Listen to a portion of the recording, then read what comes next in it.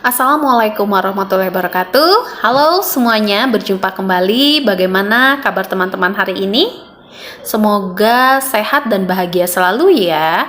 Di video kali ini saya akan mengajak teman-teman untuk mengenal fenomena flexing yang sangat rutin bermunculan di media sosial.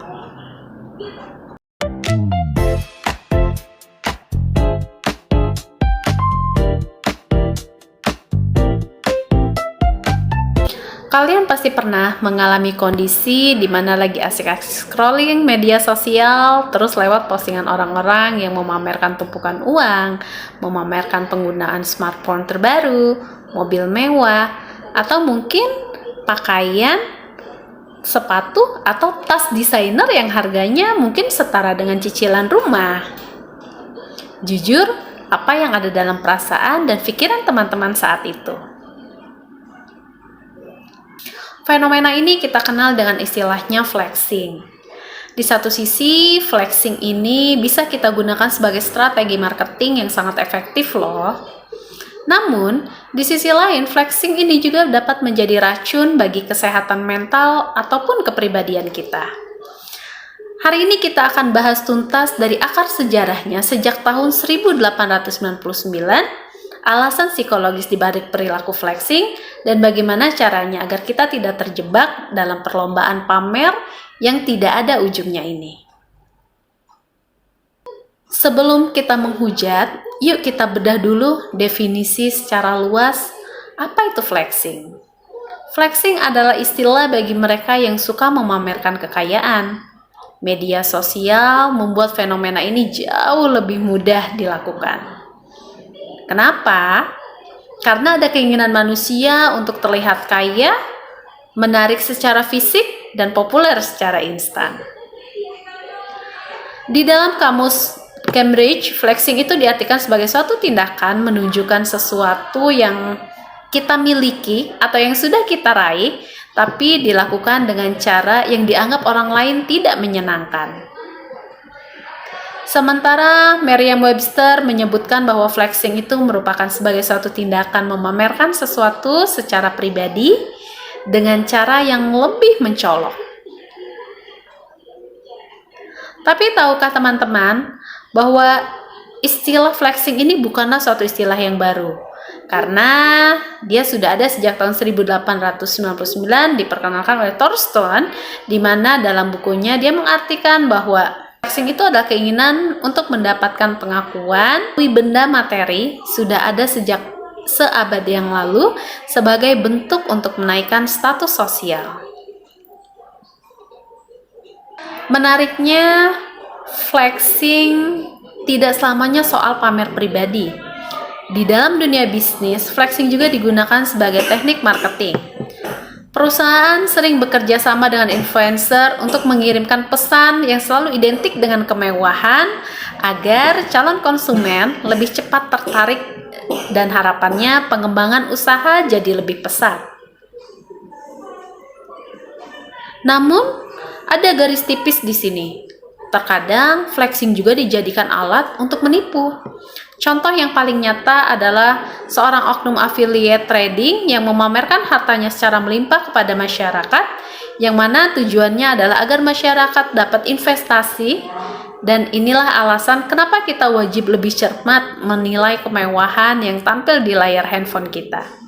Apakah itu hasil kerja keras? Apakah strategi marketing? Atau justru hanya pancingan yang menipu? Kenapa sih orang susah banget menahan diri untuk tidak pamer? Nah, ada 5 faktor penyebab yang harus kita pahami. Yang pertama, rasa tidak aman atau insecure.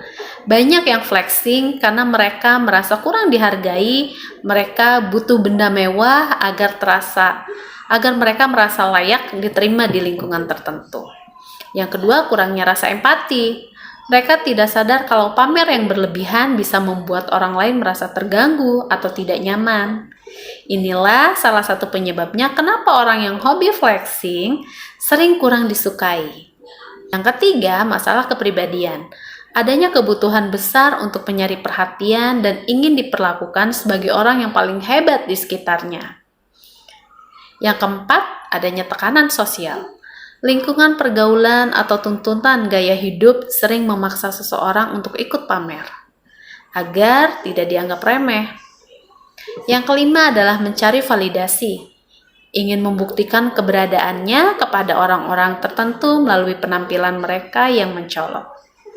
Lalu, kalau dilakukan secara terus-menerus, apa dampaknya?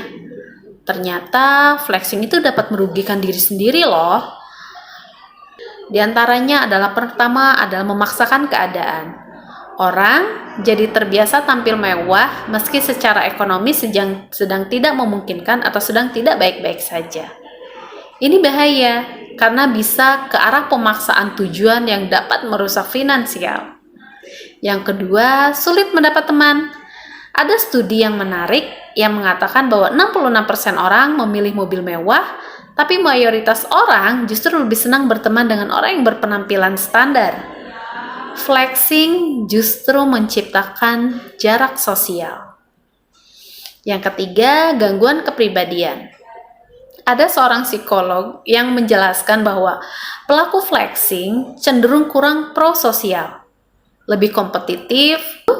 Bagaimana sih caranya supaya kita tetap waras di tengah gempuran konten pamer? Yang dapat kita lakukan yang pertama adalah berpikir kritis. Jangan ditelan informasi secara mentah-mentah. Cari fakta di balik kemewahan yang kamu lihat. Yang kedua, kerjakan yang diketahui. Jangan tergiur dengan investasi yang instan cuma karena melihat orang lain kaya mendadak. Pahami terlebih dahulu resiko yang akan kalian dapati. Ketiga, filter media sosial. Kamu punya kendali kok.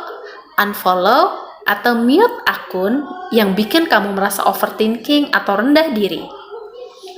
Yang keempat, fokus pada tujuan. Nikmati prosesmu sendiri.